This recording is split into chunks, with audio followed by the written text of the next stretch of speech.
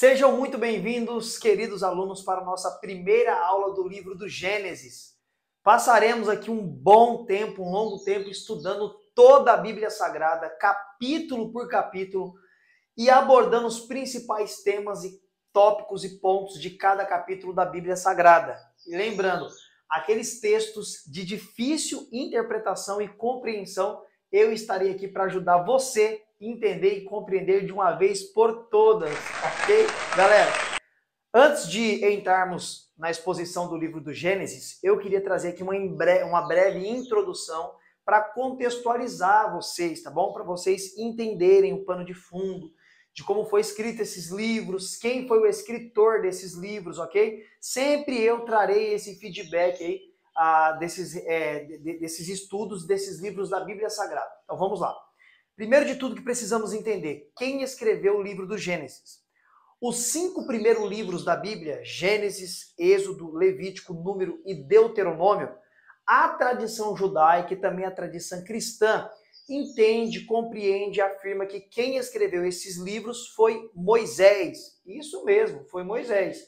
Moisés foi quem escreveu esses 5 livros, que também é chamado de Pentateuco, que significa 5, ou Torá, ou também lei. Então, Torá significa os 5 primeiros livros da Bíblia, Pentateuco também significa esses 5 primeiros livros da Bíblia, e quando os judeus falam a lei, também significa esses 5 primeiros livros da Bíblia, escrito por Moisés, ok?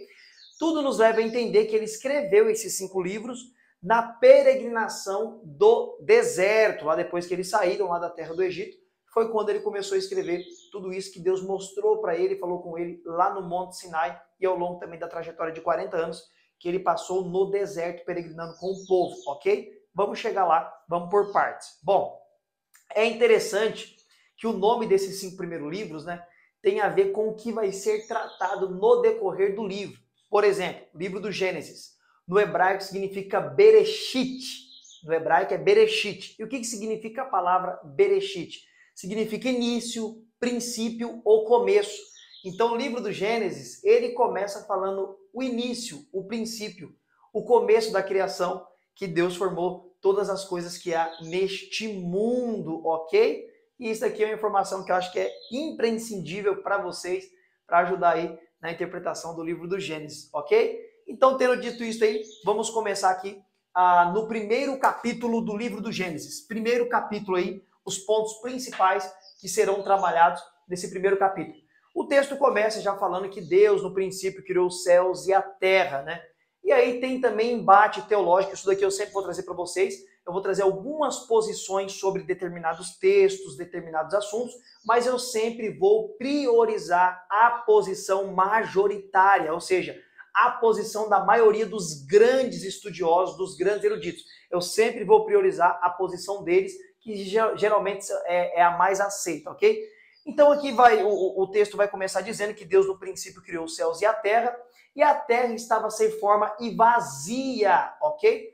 Pessoal, há uma posição teológica em cima deste texto aqui, que é os primeiros versículos ali do capítulo 1 de Gênesis, que entende que antes desta criação de Deus, já tinha uma outra terra. Eu vou desenhar redonda aqui, mas sabendo que tem pessoas ainda que acreditam que a terra é plana, enfim, não é o debate da aula de hoje, tá bom? Então, entende-se aqui, entendeu? Que tem uma posição que havia uma outra terra antes dessa primeira terra aqui de Gênesis capítulo 1. Por quê? Porque o texto no original hebraico vai falar que a expressão que aparece para nós sem forma e vazia, dentro do hebraico traz uma ideia que estava um caos. A palavra ali que vai aparecer que estava um caos. Então, alguns teólogos pegam essa expressão um caos e tentam aplicar o seguinte: bom, se estava um caos, quer dizer que aconteceu alguma coisa para se tornar um caos. Vou dar um exemplo.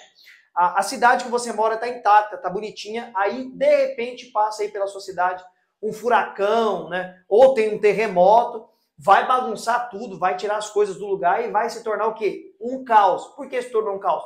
Porque estava tudo perfeito e depois de alguma coisa que aconteceu, né? Nesse sentido que eu falei, um cataclismo aí natural, se tornou um caos. Então, eles pegam essa terminologia da palavra e entendem o seguinte: peraí, aconteceu alguma coisa aí, entre o princípio aí, né? No princípio Deus criou os céus e a terra estava sem forma e vazia, aconteceu alguma coisa para a terra ficar esse caos, sem forma e vazia. E aí é onde que eles aplicam que, na verdade, houve uma outra terra primeiro, né?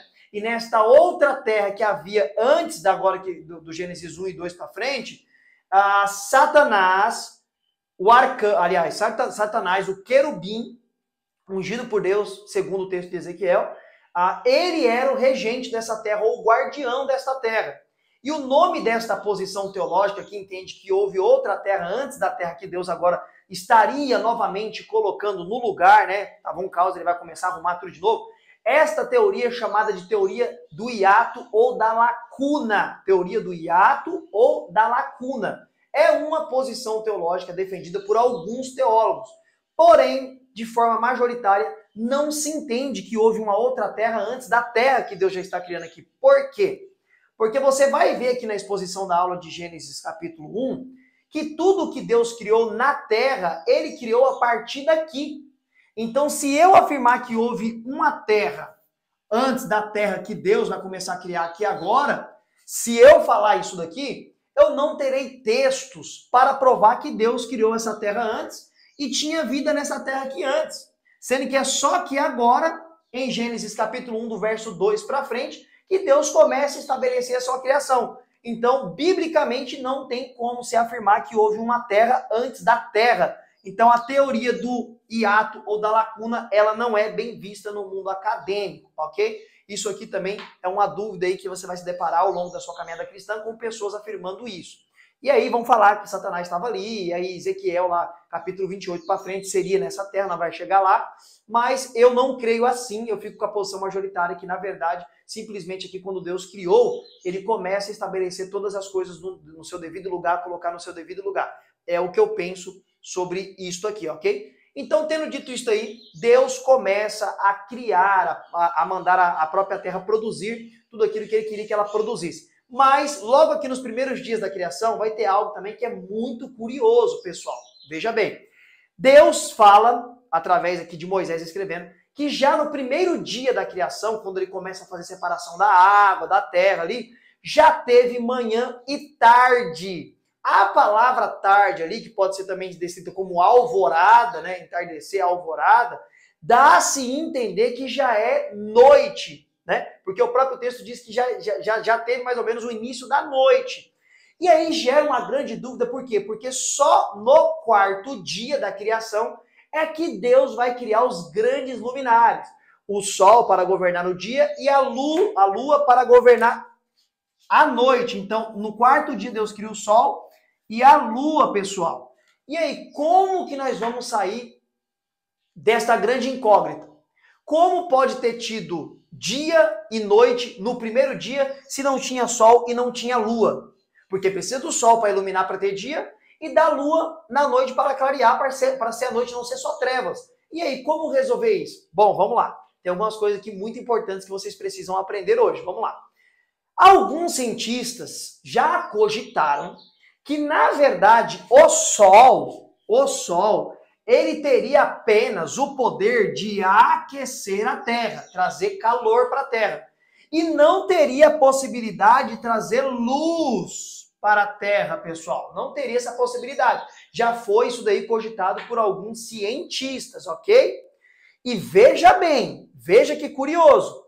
Lá em Apocalipse, no final da Bíblia, Apocalipse 22, está descrito que ali, quando Deus restaurar todas as coisas e nós estivermos habitando na Nova Jerusalém, na santa cidade de Deus, está descrito lá que não necessitaremos mais da luz do sol, porque o nosso Cristo, o nosso Deus, será a nossa luz. E aí alguns já pensaram lá atrás, grandes teólogos, outras possibilidades, que na verdade esse resplendor já do primeiro dia, já que não tinha sol e nem lua, na verdade viria do próprio Deus, que é a nossa luz, ou do próprio Cristo, porque Cristo já está aqui, né? No princípio criou Deus, aqui quando diz o texto, a palavra que aparece ali para Deus seria Elohim, e Elohim, dentro da gramática hebraica, pode ser um plural, ou seja, mais de um Deus, só que como não tem vários deuses, né, seria já um texto mostrando a trindade, Pai, Filho e Espírito Santo, ok? Então vamos lá. Alguns lá atrás pensaram, por conta de não ter lua e nem sol, e já no primeiro dia ter tido manhã e noite, né? Alvorada, tarde, noite. entende-se que o próprio Deus seria ali quem estava iluminando, brilhando sobre a terra. Alguns teólogos também pensaram que, na verdade, quem estava iluminando e brilhando sobre a terra seria a Nova Jerusalém, que já existe, pessoal. Desde antes do mundo existir, a Nova Jerusalém, ela já existe, tá bom?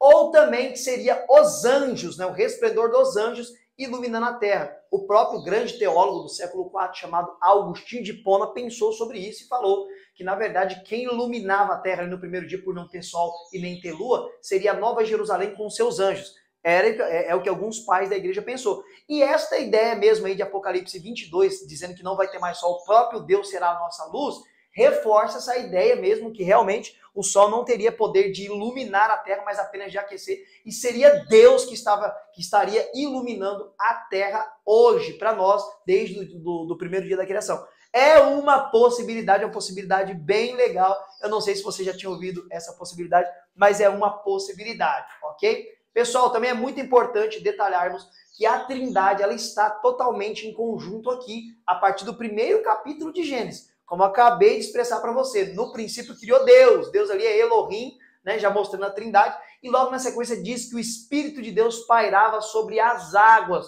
mostrando que o Espírito Santo de Deus é uma pessoa, não é uma força ativa como muitos aí de alguma religião, né, pensam, né? Já vou falar quem é, né? Os testemunhos de Jeová pensam que é uma força ativa. O que seria uma força ativa? A ideia é tipo assim, ele tá lá desativado, você tem que ativar ele aqui. É que nem uma lâmpada, ela tá apagada, você tem que apertar aqui, né, o interruptor para acender e apagar.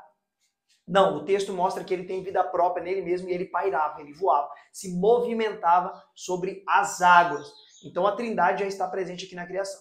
Continua-se, pessoal, ainda no capítulo 1, o Senhor Deus criando, ordenando para a terra produzir árvores, produzir sementeiras, árvores com fruto. Deus ordena para que a terra também produzisse animais, répteis, peixes, e assim foi acontecendo sucessivamente, até que chega no 6º dia da criação, e Deus agora, com as suas próprias mãos, faz um boneco de argila. Vai ter um grande impasse aí, porque a palavra aí que é dada para o nome do primeiro homem, Adão, ou Adam, seria mais ou menos a ideia de vermelho, um homem vermelho, significa homem, mas nos idiomas mais semíticos, mais antigos lá, poderia significar vermelho. Então já denotando que realmente Adão foi feito do barro, né? Algumas expressões falam do pó da terra, mas, pessoal, o pó da terra é o barro desfeito vira pó, vai dar na mesma, ok? Então Deus ali, ele esculpe o boneco ali e sopra na sua narina um fôlego de vida, e o homem foi feito alma vivente.